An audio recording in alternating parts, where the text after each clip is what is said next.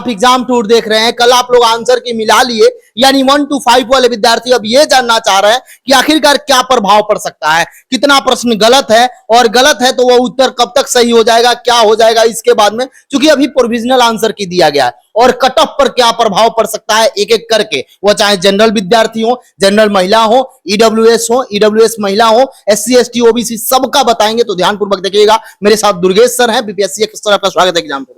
बहुत बहुत धन्यवाद सर, हिंदी में कितना पेचीदा प्रश्न है, कितना लगा कि गलत है, कुछ आइडिया लगभग में? 1 से 2-3 क्वेश्चन है जो ऐसा, हाँ 3-4 क्वेश्चन है जिसमें डॉट है, और बाकी 120 वाला में 120 वाला में 1-2 क्वेश्चन उसमें भी आपको है। कुल मिलाकर 5 क्वेश्चन का एवरेज रखिए।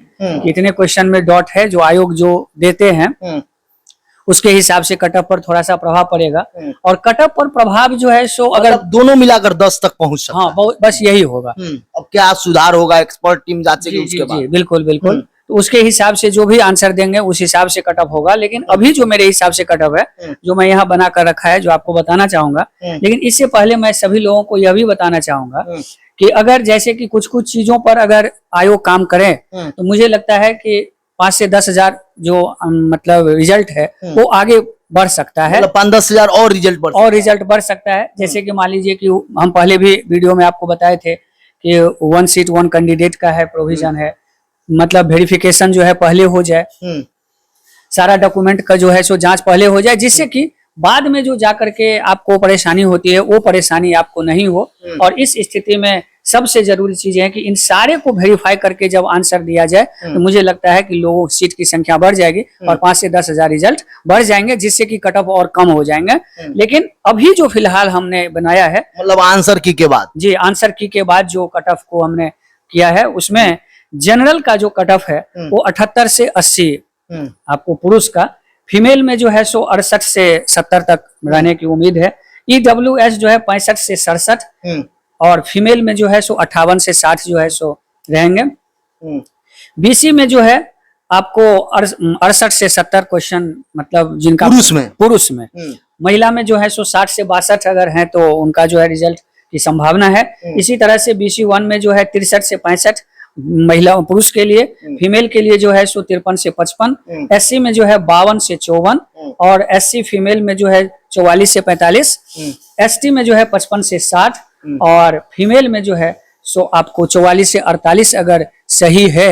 इसमें 2-4 प्लस माइनस जो भी हो, लेकिन अगर इतना है तो मुझे लगता है कि उन लोगों को आश्वस्त रहना चाहिए कि मेरा रिजल्ट होगा। मतलब बाहर वाले जो विद्यार्थी हैं जनरल में काउंट, बाहर वाले तो काउंट बाहर में ही होते हैं, जनरल में होते हैं। तो बाहर के जितने भी लोग हैं वो जनरल में काउंट होते हैं। और वो लोग ये ध्यान में रखें कि अगर मेरा 80 है, 78 के 80 के बीच में है तो वो पूरी तरह से सुरक्षित है। उसमें 1-2 क्वेश्चन जो प्लस माइनस हो ये आपको हो सकता है। सर क्या उम्मीद है, जैसे अभी बताया जा रहा है कि 7 दिन का समय दिया गया है, यानी 2 तारीख से लेकर 5 तारीख तक आप आवेदन कर सकते हैं, जो आपको आपत्ति जता सकते हैं, जो गलत है साक्ष्य के साथ। क्या साक्ष्य दिखाया जाता है तो सुधार होता है? जी बिल्कुल। मान लीजिए आयोग जो उत्तर देते हैं, सबसे बड़ी बात है कि जो ये उत्तर होता है ये विद्वानों की टीम के द्वारा तैयार की जाती है।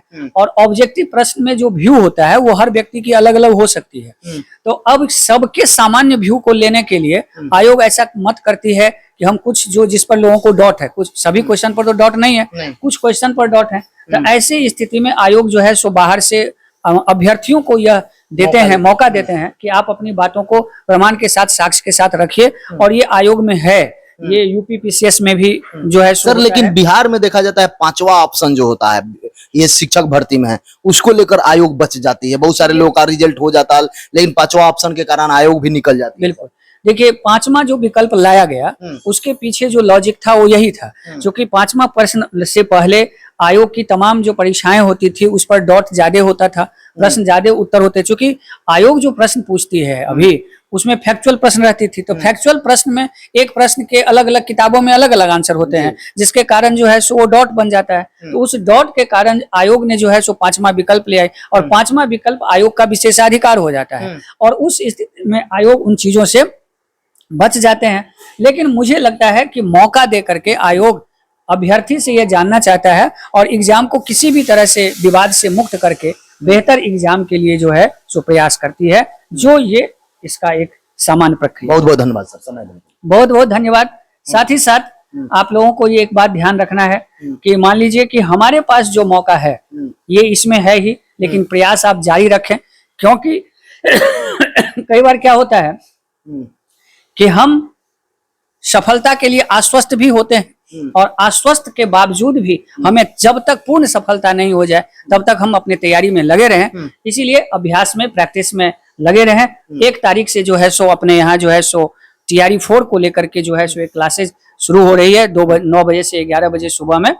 आप सभी लोग, जो भी लोग करना चाहते हैं, पढ़ना चाहते हैं, वो सभी लोग जुड़ सकते हैं और महत्तम सफलता ले सकते हैं। मतलब 20 नवंबर से जो नवंबर में वैकेंसी देने वाला है TRE 4 का, नवंबर में जो वैकेंसी आ रही है TRE 4 की, उसके लिए जो पहला बैच है, एडवांस बैच है और रिजल्ट गारंटेड बैच है, जिसमें और उसमें आप 1 सितंबर से आप इस क्लास को ज्वाइन कर सकते हैं। आप सभी लोग आए और क्लास करें, और जो भी आर्थिक रूप से कमजोर हैं, चाहे वो महिला हैं, पुरुष हैं, उनके लिए हमने विशेष व्यवस्था रखी है, जो आप लोग उसका लाभ ले सकते हैं। बहुत बहुत धन्यवाद। बहुत बहुत धन्यवाद।